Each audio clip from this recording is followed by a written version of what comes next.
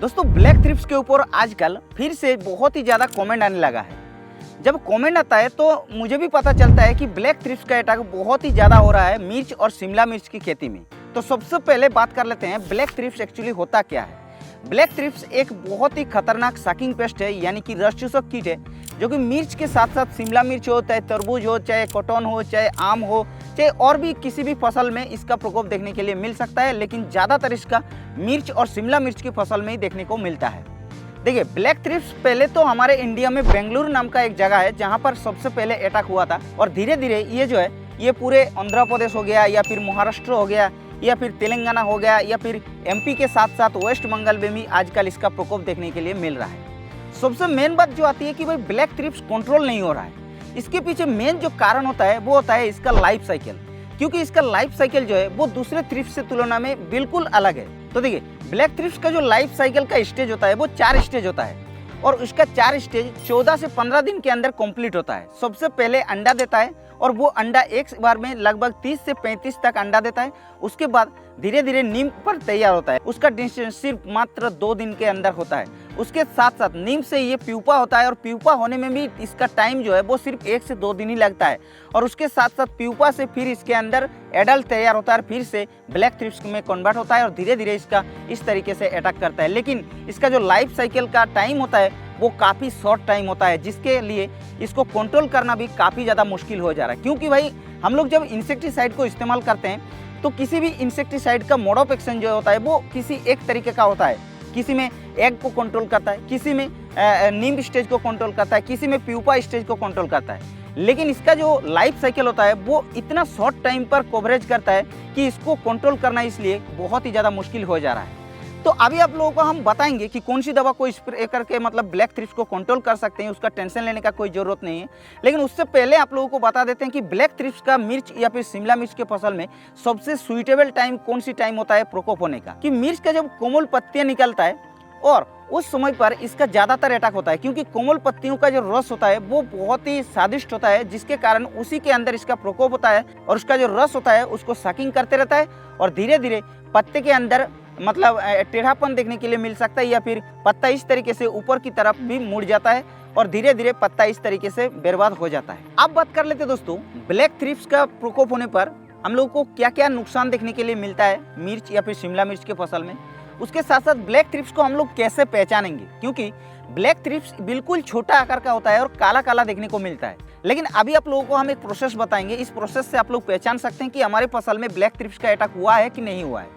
सबसे पहले आप लोगों को ये बता देते हैं कि ब्लैक थ्रिप्स का अटैक होने पर क्या क्या नुकसान होता है। सबसे पहला जो इसका मेन नुकसान करता है कि पत्ता ऊपर की तरफ मुड़ जाता है, या फिर धीरे धीरे पत्ता पूरा डैमेज होता है। दूसरा, पत्ते के अंदर इसका क्लोरोफिल को सकिंग करते रहता है, जिसके कारण फोटोसिंथेसिस पर इफेक्ट पड़ता है। तीसरा, पत्ते का जो लेमिनियर होता है उसके ऊपर इफेक्ट करता है और पत्ता पूरा डैमेज होता है।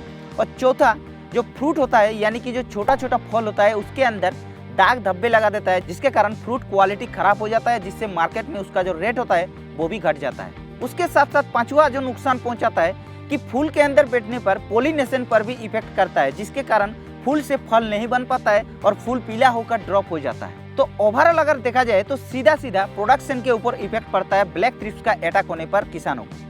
अब बात कर लेते हैं ब्लैक थ्रिप्स को हम लोग कैसे पहचानेंगे कि हमारे फसल में ब्लैक थ्रिप्स लगा है कि नहीं लगा है। जो फूल होता है मिर्च का या फिर शिमला मिर्च का, उस फूल के अंदर इस तरीके से आप लोगों को काला काला देखने को मिलेगा, तब आप लोग पहचान सकते हैं कि ये ब्लैक थ्रिप्स का अटैक हमारे मिर्च के अंदर हो चुका है। अब डायरेक्टली हम लोग आ जाते हैं ब्लैक थ्रिप्स का कंट्रोल के बारे में। तो ब्लैक थ्रिप्स को कंट्रोल करने से पहले आप लोगों को ये जानना बहुत ही जरूरी है कि ब्लैक थ्रिप्स हमारे फसल के अंदर ना लगे, उसके लिए क्या क्या एडवांस में हम लोगों को करना पड़ेगा।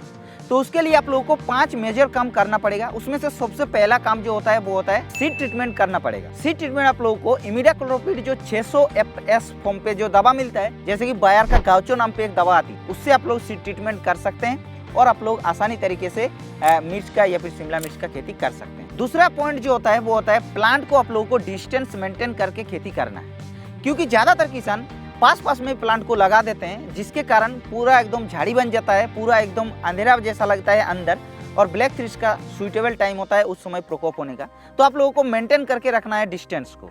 तीसरा, आप लोगों को इंटरक्रॉपिंग करना है, यानी कि मिर्च की फसल अगर करते हैं तो उसके साइड में आप लोगों को और भी कुछ फसल को लगाना है, यानी कि 10:3:1 रेशियो पर आप लोगों को मिर्च का या फिर शिमला मिर्च का खेती करना है। उसके साथ साथ चौथा जो आप लोगों का सबसे मेजर पॉइंट होता है, इसको एडवांस में ना लगे इसके लिए, वो होता है साइड में आप लोगों को बॉर्डर क्रॉपिंग करना है। अब बॉर्डर क्रॉपिंग के अंदर जैसे कि मक्के हो गया, बाजरा हो गया, ज्वार हो गया, इस तरीके से लंबा जैसे फसल होता है उसको आप लोगों को लगाना है, ताकि क्या होगा कि ब्लैक थ्रिप्स का अटैक होने से पहले उस फसल के अंदर अटैक हो, जिससे आपका मिर्च का फसल बचा रहे। और लास्ट सबसे मेजर जो 5 नंबर पॉइंट होता है वो होता है ब्लू और येलो स्टिक को आप लोगों को इस्तेमाल करना है। 1 एकड़ में लगभग 35 से 40 ब्लू या फिर येलो स्टिक को लगाना है आपके प्लॉट के अंदर। लेकिन ये सब काम करने के बावजूद भी अगर आपके मिर्च के फसल के अंदर या फिर शिमला मिर्च के फसल के अंदर ब्लैक थ्रिप्स का अटैक हो जाता है, तो फिर उसको हम लोग कौन सी दवा को छिड़काव करके कंट्रोल कर सकते हैं, वो भी आसानी तरीके से लंबे समय तक। चलिए आप लोगों को बताते हैं। तो देखिए, ब्लैक थ्रिप्स को कंट्रोल करने के लिए नॉर्मली इंसेक्टिसाइड एक बार छिड़काव करके वो कंट्रोल नहीं होता है। उसके लिए कुछ अलग प्रोसेस आप लोगों को आजमाना होगा। कैसे?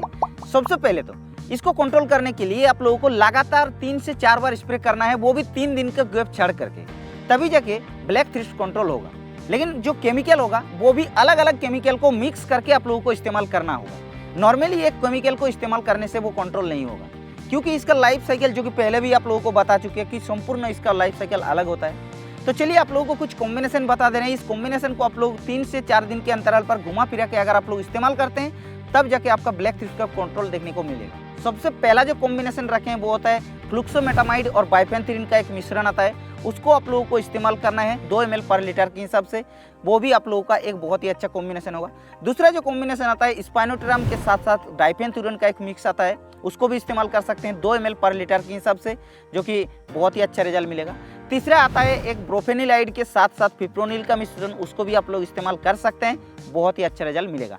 इस 3 कॉम्बिनेशन को घुमा फिरा के अगर आप लोग इस्तेमाल करते हैं, तब जाके ब्लैक थ्रिप्स का कंट्रोल देखने के लिए मिलेगा। तो इस वीडियो से तो दोस्तों आप लोगों को ब्लैक थ्रिप्स के ऊपर सभी डाउट क्लियर हो गया। अगर आप लोगों का फिर भी मन में कुछ सवाल रह गया तो आप लोग नीचे कमेंट कर देना। बाकी इस चैनल पर पहली बार आ रहे तो चैनल को फटाफट सब्सक्राइब भी कर सकते हैं, क्योंकि हम इस चैनल पर ऐसे न्यू वीडियो आप लोगों के लिए डालते रहते हैं।